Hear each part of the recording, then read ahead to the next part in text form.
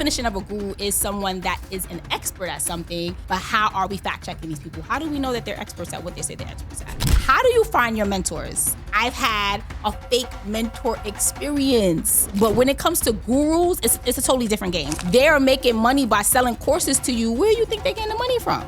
I'm saying that to say this, although we do have mentors and trusted voices in our lives, the final voice that's going to speak is going to be internally your inner knowing and your inner voice. Who are you, Falasha? Like, what are you good at? What are your gifts? You see this guru, he made $1 million in a month on posting reels, and you're like now trying to go crazy posting reels. Like, you don't know your purpose. You don't know what you're supposed to be doing. You see somebody doing something, they successful, so you just want to do it.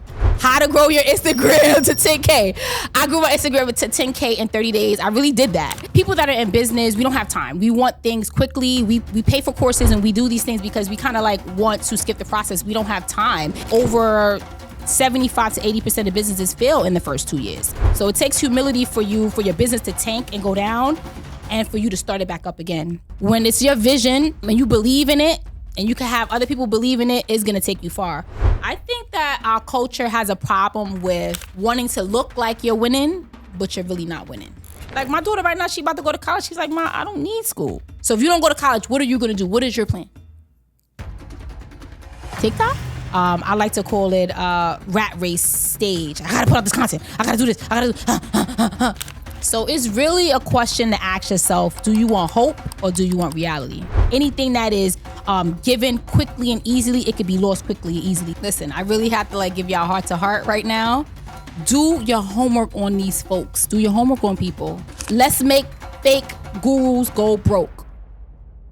Hello world. Welcome back to Power to Pivot podcast. I'm very excited today because I think I'm in a new home, new studio, maybe not. I don't really know, but we're just testing things out. I haven't been taping for a minute now. I think that life has been lifing for everyone. This is something that I really do as a passion project, something that I love to do. And I feel like I need to be motivated. I know a lot of times people say you don't need the motivation to do things. But I think in the creative space, all my creatives can really attest to, you have to kind of be motivated to do creative work. Like if I'm tired, the kids is tugging at me, my husband is tapping me all night, I'm tired. And when I get up, I don't really feel like doing this. I don't feel like getting in front of the camera. And then when I get in front of the camera, I really need to be dressed up. And a lot of times that's why y'all always get the audio from me. Y'all don't really get the visuals because I really have to put it all together. But I'm here today, put together, ready to do another episode. So today I really want to get into mentorship. I spoke to my producer and I was like, I wanted to name this episode Woes of Mentorship. He was like, no, it needs to be more salacious than that. I'm like, what? All right, so we're going to talk about internet gurus and fake mentors. But I actually had great experiences with mentors, but I'm going to kind of get into that. But how do you find your mentors? How do you look for a mentor? I know some people tell me that they need to know the person that they're being mentored by. Some people kind of just pick people up from online and claim that they're their mentor. For me personally, I think that you have to have some kind of relationship with the person that's mentoring you. You have to walk with them, sit with them. I've had various mentors throughout my course of my life. I had a spiritual mentor literally sit with me once a week, study the scriptures with me. Literally, it was like that. He took the Bible and kind of turned it upside down. Well, right side up. I was reading the upside down, and he kind of just turned it right side up. I sat with him for a year. It really elevated my my Bible knowledge, right? I had a mentor that helped me when I started my business. I literally just met her randomly, and she was doing the same thing that I wanted to do. I didn't even ask her to mentor me. I just kind of walked with her really, really closely. And she kind of held my hand through the process of starting my business. Even potting. Right now, I have a mentor with potting. We haven't met that many times in person, but we used to meet once a week, and we will go through lighting and camera angles and things like that. So I think personally, you need to have some sort of relationship with the person. Even with my potting mentor, I pay her for her time. Be willing to pay people for their time, and don't just pick people and call them your mentor if you haven't really sat with them. For me, it's really helped me throughout my life. So I can't really say I've had a fake mentor experience. But when it comes to gurus, it's a totally different game, right? Because gurus are really like, the definition of a guru is somebody that's supposed to be an expert at something, right? But how do we really know these people are experts? Like, literally, I seen a video that a self-entitled, literally, it was a podcast that I love. I think it was called Sucker Free Podcast, something like that. I forgot the name of the podcast, but listening to the podcast, and this guy is on, and he's like, doctor, whatever. So the podcast host asked him, like, he calling him doctor, and literally throughout the interview, he's like, oh, he never went to medical school. Like, how are you a doctor? You never went to medical school. Like, these people are literally self-proclaimed. So how are we calling these people gurus and they're experts in X, Y, and Z if they're self-proclaimed? Like, we have to make sure that we doing our homework before we are following these people, before we are taking these people's advice. That's why I'm asking, like, how do you guys seek out and find these people? Is it like the following that they have? Is it like how are you finding these people? How are we fact-checking these people? Are we fact-checking these people? Hello, everybody. My name is Falasha Campbell. You guys know me from the Power to Pivot podcast. I'm here guest hosting on 8 at the Table. I'm excited about it, and just trying something new. And we want to kind of introduce you guys to a different dialogue and conversation that we want to have with you guys. And today, because I'm a business owner and I see that a lot of business owners look into mentorship and gurus and follow people that are self-help, because that's what we want. We want to learn. We want to teach ourselves daily. And I want to know what you guys think about these gurus that are out there right now. Like, they're giving tips, they're giving advice. The definition of a guru is someone that is an expert at something, but how are we fact checking these people? How do we know that they're experts at what they say they're experts at? So I really want to get into the fake gurus, like the people that are really out here selling cat fluff. Like, the internet is full of fluff. Like, we know it. I have even been swindled by some people out there. Sorry to say, because I'm a person that really seeks out knowledge and information. So I will pay for it. I will invest in myself. But if on TikTok or Instagram, on every social media platform, they're making money by selling courses to you, where do you think they're getting the money from? From you buying the course. Like, a lot of these people are flat broke. And I had to really come to the realization, like, there is a thin line between reality and real life when it comes to this internet stuff. And we got to really be able to sift out the fake ones out here. So as a business owner, I really realized that, people that are in business, we don't have time. We want things quickly. We pay for courses and we do these things because we kind of like want to skip the process. We don't have time. And these self-proclaimed gurus, they really prey on people like that. They prey on people that want to start their business, that want to skip the process. Like, there's no easy way to get to the end product. There's no easy way to skip the process. You got to go through the process. So if that means that you got to take a class at Cornell, like right now I'm taking a class at Cornell University. Like, I told people that you couldn't pay me to go back to school, but here I am at Cornell University because at least it's trusted and I'm getting the information that I need to get. I'm not going to, everybody say go to YouTube University. I ain't going to YouTube University. You know what I'm saying? Because a lot of times it just doesn't pay and you're wasting more time and resources. So how do you really seek out information that's going to give you clarity and that's going to get you to where you need to be? So the investment in yourself is really, really important. And a lot of times at the beginning stages of business, because a lot of business owners I know right now, that's all we're doing. Like, we're investing in ourselves. So at the beginning stages, a lot of times we don't have the resources to do that. And we're looking for these shortcuts that's really prolonging the process. So I'm gonna tell you about an experience that I had with a brand that probably some of you guys know. It was called Sprinkle of Jesus. She came out really big a couple years ago, like maybe like 8 years ago, just giving like motivational videos. And she would just come with this beautiful message about Jesus Christ, and everyone loved it and everybody ate it up. I did too. Like, she started to now offer it in the app. So daily you would get like a little pop-up on your phone and there will be like a dash of motivation. And it was great. So now she's all of a sudden becoming this app guru. Now all these people are going to her because they want apps and they want to create apps. And she became like this person that everybody would go to create an app. I personally didn't go to her for that. I did spend some money with her. I did lose some money when I went to her because at that time I was trying to start something and I felt that she could help. I actually interviewed her at that time. And later on, I found out that a lot of those people lost their money because she didn't deliver on the product that she said that she could. So although these people may seem successful, like she had this successful app, that does not mean that it could be replicated. I feel like a lot of these gurus, these fake gurus, they try to replicate something that they just really can't. So if she couldn't produce the product, why was she selling it? And why y'all bought it? Because a lot of y'all suing her right now. I don't even know if y'all got your money. Like a lot of y'all suing her right now. Why y'all bought the product? I don't get it. This is not alleged. This is not alleged. This is all, go fact check it, guys. This is not alleged. Go look it up. She was in court. I don't know the end result of this, that they got their money, but people invested in this brand for her to create an app for them, and they got nothing. So this is happening on the internet. This was years ago that this happened, but this is still happening right now. We're paying people and we're not really getting what they say they could deliver because they just want to sell anything, because now the internet is the best place to make money. And I think it's the place that people go to prey on people that really are trying to get to their next level, but they don't really know what direction they're going. And that's where like the real mentorship comes in. I'm talking about real mentorship. You know, get a real mentor. Get somebody that you actually could talk to, if it's not even face-to-face, on Zoom, you know, on a telephone call, to say, hey, you know, I'm thinking about doing this. I see that you have been successful in doing it. Maybe you can't replicate it or create an app for me, but maybe you could give me some steps that you've taken that made you successful. And if I could duplicate that, it could help me. You know what I'm saying? So a lot of times we don't want to do that process, and we want to just pay for something, pay for an ebook. They selling ebooks like crazy, man. I even got an ebook right now. How to grow your Instagram to 10K.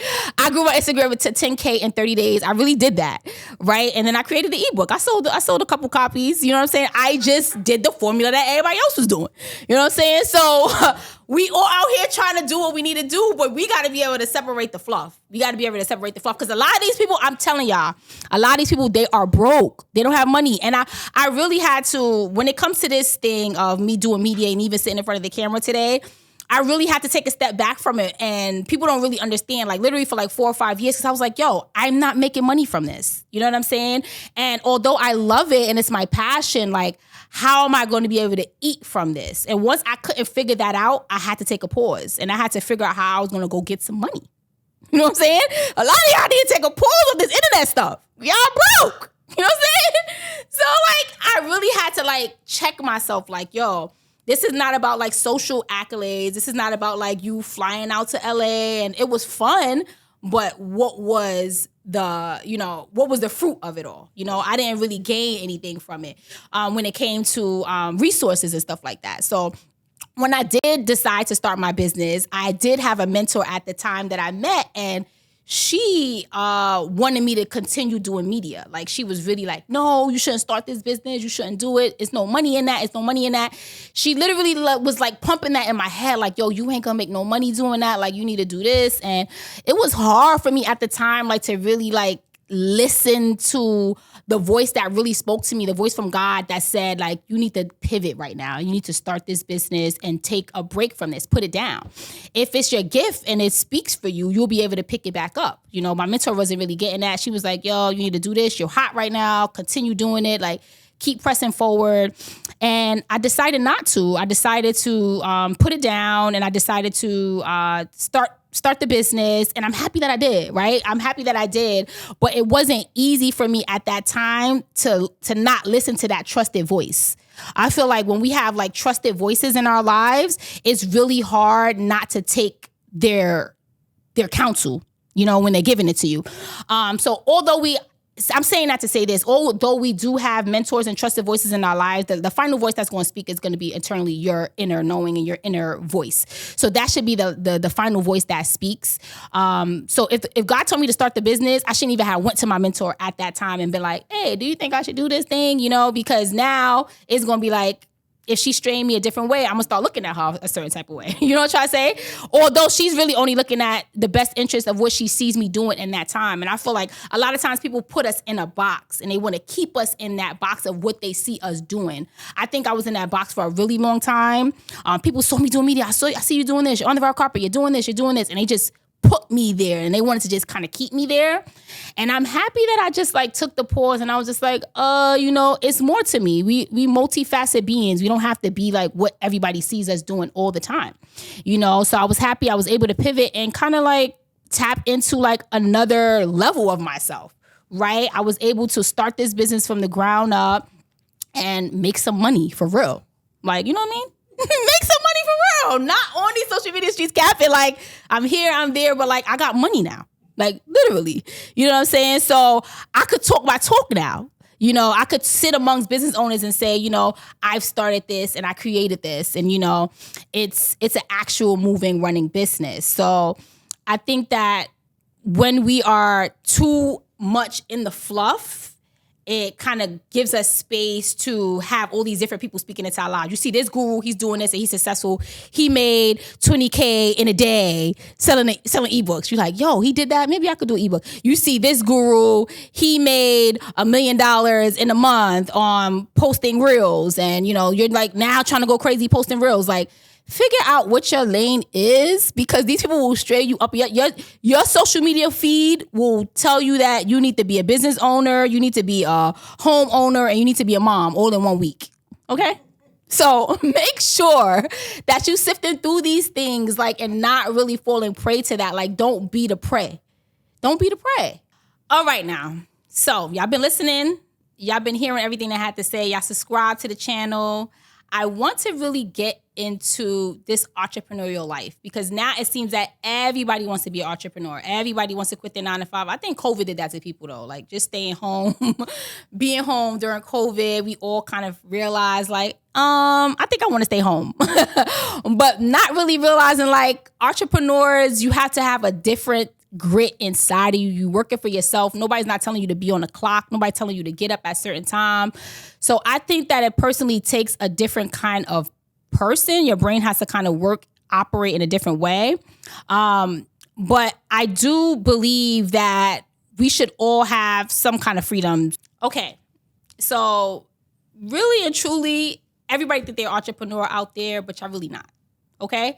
Because in order to really own a business and be working for yourself, you have to really have some force behind you propelling you through. So the spiritual journey is very important in the entrepreneurial process. Why? You hear a lot of no's. You have to have a certain grit inside of you that keeps you going when you're getting rejected from certain things. When you really don't know where your next dollar is going to come from and you're not expecting a paycheck on Friday, these things take faith. These things take grit. So a lot of people really are not built that way. Y'all ain't even built to get up for y'all 9 to 5. Y'all late every day. Y'all about to get fired. So you can't fire yourself. If you ain't getting up, you don't eat.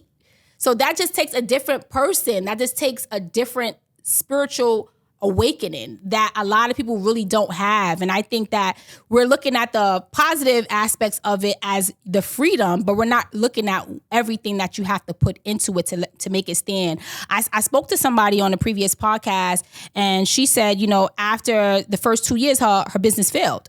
Now she seeped into like this deep depression because I think, and I don't want to misquote, but over 75 to 80% of businesses fail in the first 2 years. And that is just because, a lot of us, we didn't really know what we're doing. Like me, I was kind of thrown into the den and, had to really figure it out. I'm now taking classes in business to learn like the aspects of it. But I just knew that I had an inner knowing that when I start something, I have to finish it. I've always been that way. When I set my mind out to do something, it has to get done. This has always been me since I was a teenager, right? So it's things that were instilled in me as a child that I carried, that I needed, that I didn't know that I needed in order to hold this business up and carry it. So going back to the woman that she told me that her business failed within the first 2 years, she said she seeped into a deep depression. Why? Is because you start something and, you're proud of this thing and then this thing fails. You know, do you continue? Do you go back to your 9 to 5? All these things are going to be plaguing you. Now people are looking at you like, if you're going to do something else, are they going to support it? Are you going to be one of those people that jump from one thing to the next, from business failure to business failure? She was able to pick the business back up. She's right now been in business for 15 years. She sells like antique furniture and things like that in Trinidad. Shout out to Mompreneur. She was able to pick herself back up. That's not a common thing. You know, a lot of people, when they fail, they just move back on to going back to work. And there's nothing wrong with that. Like, I feel like a lot of entrepreneurs had to go back to work at a certain point in time. Nah, I mean, I ain't never going back. I'm telling y'all now, I ain't never going back. But seriously though, like, that takes a lot of humility. I also just learned the story about the creator of Uggs. I don't know if you guys know the story. He was selling these moccasin boots to surfers, right? Like moccasin boots for people that are on the water. And he was in California. Like, think about Uggs in California. Like, who's wearing Uggs in California? And he was able to go to this surfing store, and he went there, and the person said, yeah, we'll buy them. He liked them. Then he ordered this whole inventory of them. And then when he brought it back to the store, the guy was like, I didn't say I wanted them right now. Like, why are you bringing this inventory to me? And now he's stuck with all this inventory, and he didn't really know what to do with them. He saw a surfer, a kid, influencer, I would say. Back in that day, we ain't really have that verbiage, but he had the kid wear them, and then all the kid's friends started buying them up, and he literally sold them for himself. It blew up. We know what Uggs is right now. But in that time, him and his partner signed a deal, and they started distributing them with a big distributing company, and they wind up firing him from his own company. They asked him to work in marketing. Now, would you do that? You started this company, right, out of nothing. You tried to sell it to a big brand name store. You didn't get that brand name store. You was able to sell it on your own, right? Now, these big companies are now coming to you to distribute your product, and they're telling you that you can no longer be the CEO of this thing. They want you to work in marketing. Would you do it? Do you think he did it? He did. He did it for 10 years. He worked in marketing for 10 years of a company that he built. And the head of the company, after the 10 years, wound up passing away. And the wife came to him like, we got to put it back in your hands. I think that took a lot of humility. I don't even know if I'm that humble. Honestly, like, what? Y'all gonna tell me something I created? I gotta work in the back. But that's the thing, right? He was a true business owner. Like, right? He knew he owned that brand. And if you guys look at the Steve Jobs brand as well, Steve Jobs was fired from Apple as well. And if you look at these stories, that's what we do as business owners. We look at the greats and we study their stories, and we see what, these are the mentors that we have that we don't know. We ain't talking about these fake people online that ain't sold nothing, that sold the ebook. We talk about people that really have been successful. Study their stories. Like, if you're looking for a mentor, you don't know where to go, study those people's stories, right? So bringing it back to that, like, you have to have a level of humility too. So it takes humility for your business to tank and go down, and for you to start it back up again. That takes humility. So there's certain characteristics about these people that you see as successful that we really need to tap into to create businesses that are gonna last, right? And if you want to become a business owner, like, if you ain't humble, it ain't gonna work. Because I know 90% of us, and I'm saying us, because that's me, chat, because I don't know. Working in the back in marketing, I wouldn't have done it. You know what I'm saying? But he was able to get his business back. He sold it for millions and millions and millions of dollars later on. But it was his, and it was his vision. And a lot of times when it's your vision, and you believe in it, and you can have other people believe in it, it's going to take you far. So create a vision for yourself. Like, a lot of times we're in these spaces where we don't even really know what we want to do. We see people do stuff and we feel like we could do it. That's really what it is. That's really what all of this really is. You don't know your purpose. You don't know what you're supposed to be doing. You see somebody doing something, they successful, so you just want to do it. And you're not successful doing it because it ain't your gift, So I had to go, during one of my mentorships, I had to go through a deep, deep journey of self-discovery. And I think this was one of the most spiritual times in my life. I just really who are you, Falasha? Like, what are you good at? What are your gifts? Like, block out everybody and everything else. Like, inner knowing. Like, who are you? Like, what you supposed to do? What contribution are you supposed to have on this earth? You know? So I really think if we're going that deep, we don't got time to be scrolling, chat. You don't got time. You know, it's a time and place for everything. We don't have time for it. You know what I mean? So I think that if we want to really make impact in this life, we should be going deep. And that takes some spiritual connectivity. That takes inner knowing. And that takes having great people around you. So, like, find yourself. Get to know yourself. I think that our culture has a problem with wanting to look like you're winning, but you're really not winning. So we like to get into these attractive industries, and now everybody wants this microphone. Everybody wants these attractive industries, and just to bring popularity or whatever they feel like it brings to them, fame.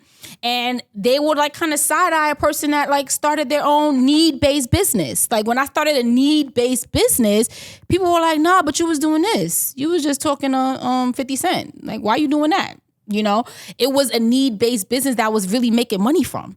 So it wasn't about like the look of this industry being so glamorous. It was more so about purpose. It was more so about like connectivity to who I really was, assignment. You know what I mean? So I don't really think people care about that. Like I was just talking to somebody and it was like, we need plumbers. We need electricians. We can't all be content creators. We can't all be here doing YouTube shorts. Like my daughter need a teacher. You know what I'm saying? Like literally the year when I left, I taught for 10 years. The year when I left teaching declined. Like right now, they're like looking for teachers so much. Like everybody wants to kind of be doing their own independent thing that they feel is glamorous so they could showcase it to people. And that's what I really think it is. It's really this online stuff. Like we have a generation coming that does not know life without the internet. I don't even know how that's going to look for us. You know what I'm saying? I'm a millennial. I've played outside. I used to, do hopscotch outside. Like we ain't have phones. I had to tell my friend on the house phone, meet me in front of such and such building so we could meet up. Like we didn't have these things, So it was a gift for us not to. So now we're able to navigate these spaces. But a lot of the generation that's coming up now, they don't have that.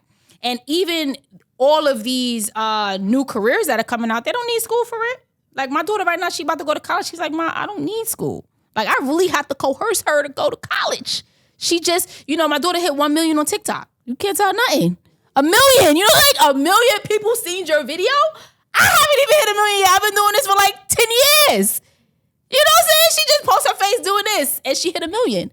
So she's like, yeah, Ma, I'm about to just do this TikTok thing. You know what I mean? But is it sustainability? We don't even know. Like right now, this whole thing shut off. We don't even know. A lot of people not gonna be able to eat. I saw a story about a girl that she just picked up and moved to Texas. Just like with her child, no job, no nothing. She was gonna do content stuff, And she was literally in a homeless shelter. Like when reality hits like that,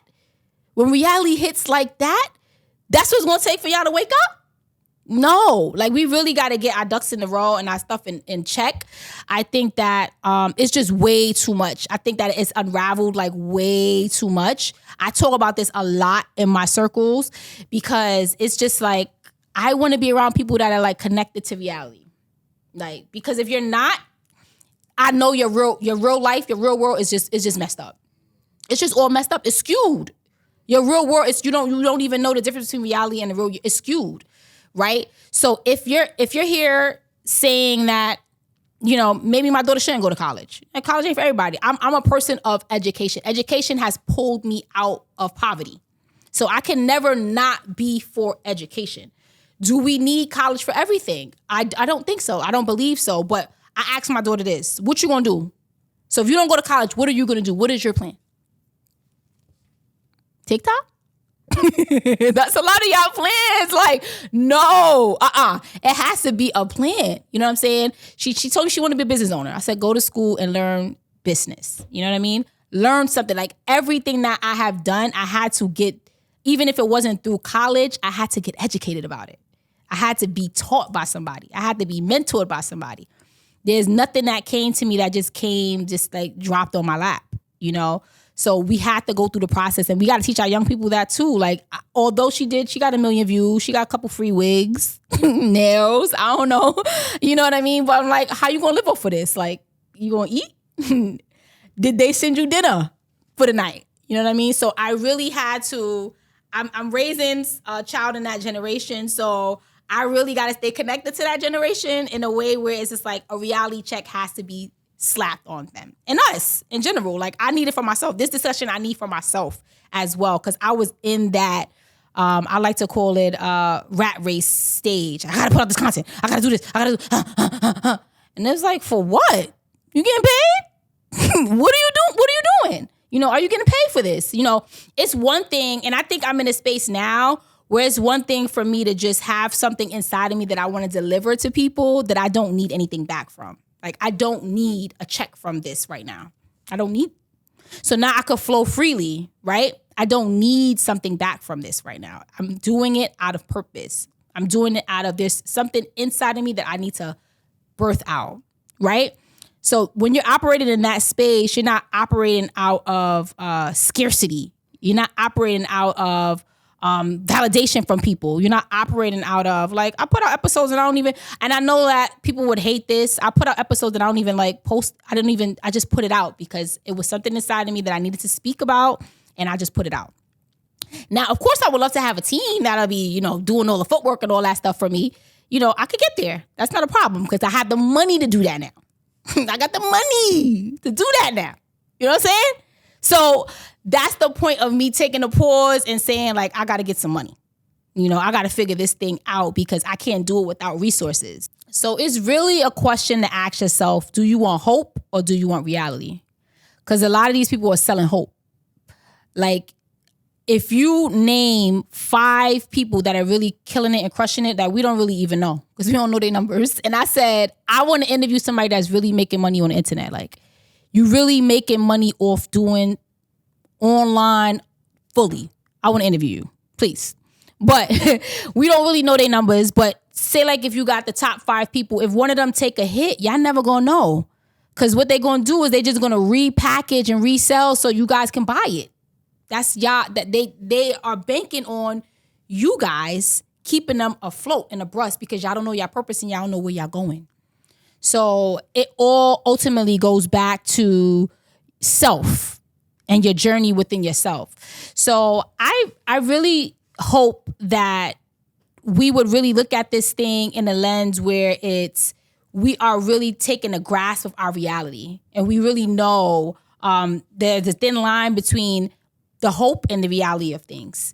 So we can always kind of hope that things are going to work out, things are going to be the best that they could be. And then there's a reality of the situation, like, I'm broke and I really don't got it. And I really can't even stretch myself to go to this conference for this person.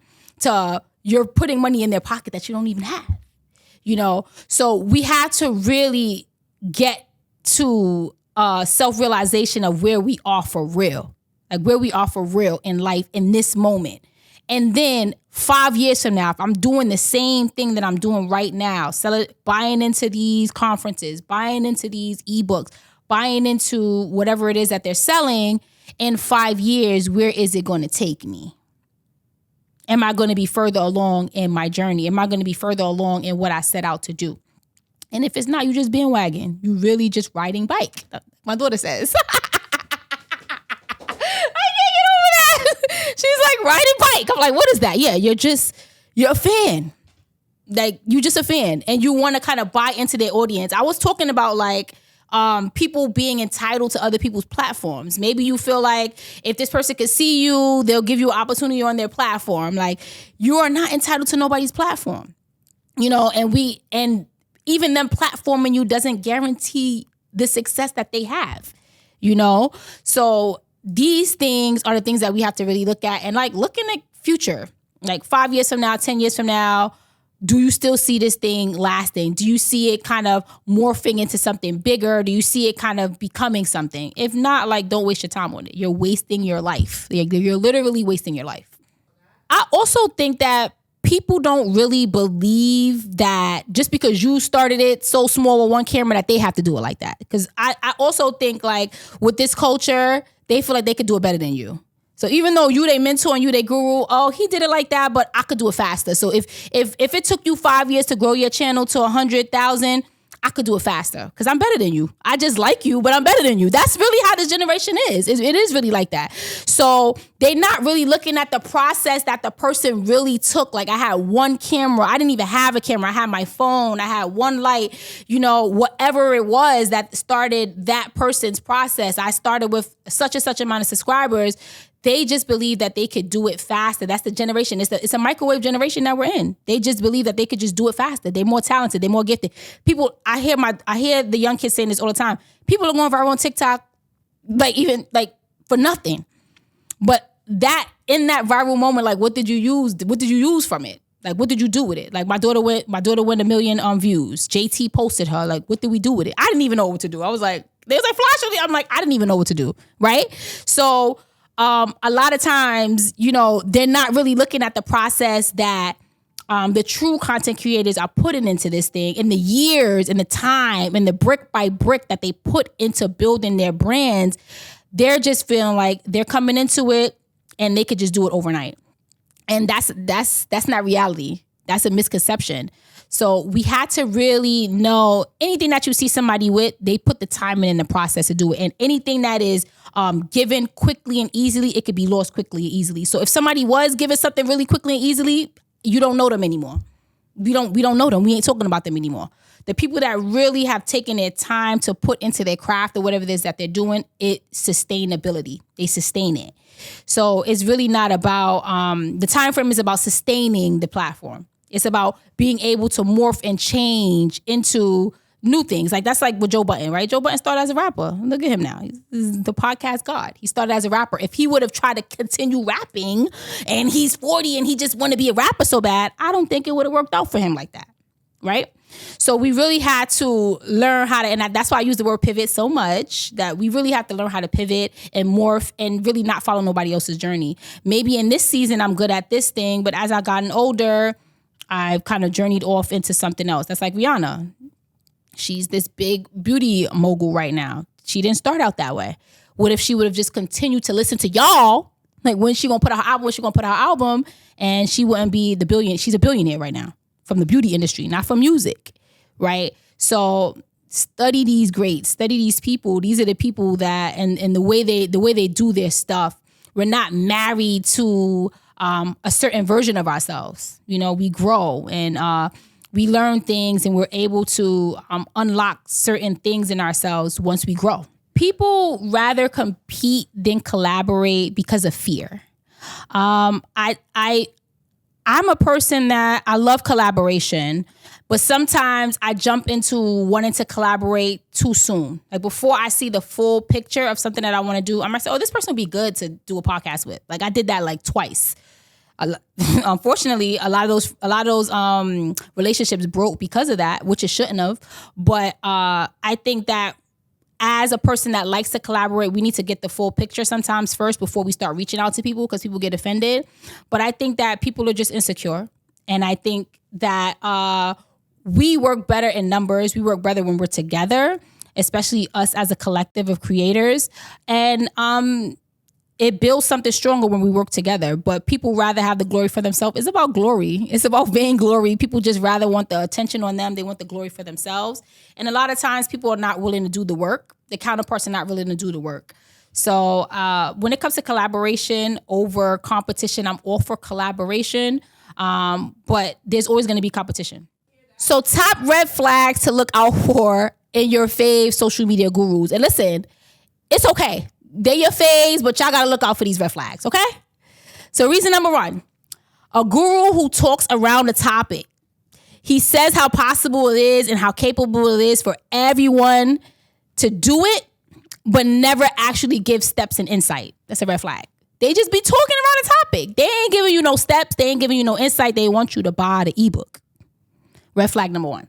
Red flag number 2, gurus who make it seem like it took them years to do something, overemphasizing their process to make it almost impossible for somebody else to start.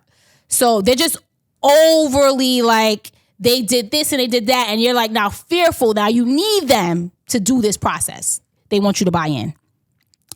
Reason number 2, gurus who talk about the failures more than the success. Like, I want to hear about your success stories. I don't really want to hear about your failures.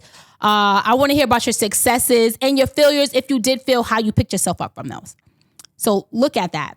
Reason number 4, gurus who forgot where they came from. So when they give you information or knowledge, they make it seem like they're talking down on people who have yet started their journey to success. So you don't want somebody like sitting on a high horse looking down on you. Most of them do that. That should have been number 1 red flag. Most of them do that. They're better than you. You need their help, and they don't even tell you where they came from. So those are my red flags, man. Check your social media platforms. Start unfollowing. Stop buying in. Let's make fake gurus go broke. Okay? When you do seek out a trusted guru, right? Somebody that you respect, are you seeking them out to mentor you and help you, or are you seeking them out to do the work for you? I'm never going to hire somebody to do any work for me. And if you're doing work for me, you're getting paid, right? So I'm always looking to do partnering with people that I see of great value that could add value to my life. So at this stage in my life, I have some great people around me that's like, they doing a lot. And they don't got time to do the work for me. A real guru, they don't got time to do the work for you. Even, I want to get into this credit repair stuff because I see a lot of these people, credit repair gurus. And I've lost hundreds, I ain't gonna say thousands, maybe, of dollars to these ones, right? Because they say, hey, they're going to clean your credit for you.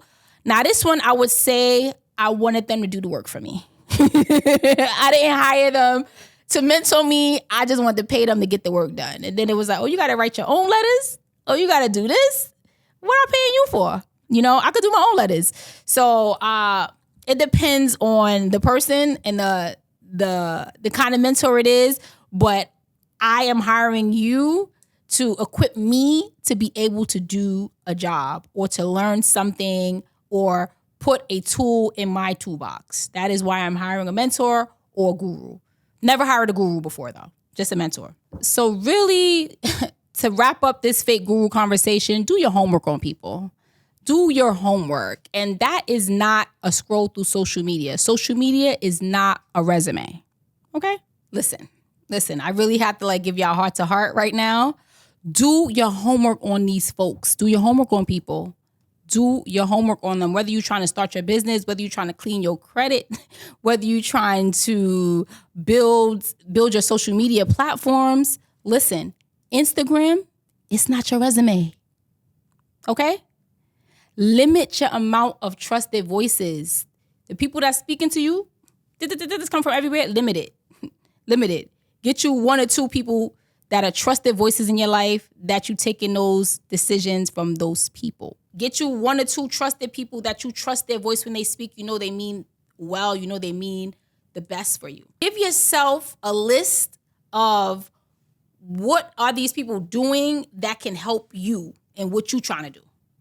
Now, if it don't correlate, it's idolatry at this point. Why are you following this person? Why do you want help from this person? It has to correlate. You can't be here following a chef from a cooking show because you like his kitchen and you trying to do content that got to do with a mom's. It don't correlate, and we got to check ourselves. Do you just want that person platform? Do you just want to be on a platform that a lot of eyes are on? Check yourself. Check your vanity. Check it. Do you just want to be seen? This new drug, this new thirst for fame, is kind of weird. It's weird out here. They call Hollywood Holly weird. It's insta weird out here. It's insta weird out here. Y'all weird. We've all been there. And I'm checking myself in everything that I'm saying because I've been there wanting validation from people. So we really have to figure out why are we out here in these Instagram streets? What are we doing? Are we doing it on purpose? Or are we following people? And I mean literally following people, following everything that they're doing, their content, the way they saying it, the way they doing it, following people. All right, so everybody that listened to this today and it kind of resonated with you and you kind of feel yourself following people and buying stuff, going down the rabbit hole and buying ebooks and all these stuff, I want you to stop. Don't press Apple Pay. Don't buy. Okay? And take a week off of social media. Take a week off of Insta. Do some soul searching. Do some self-discovery. And come back. Come back. Clean up your follow list.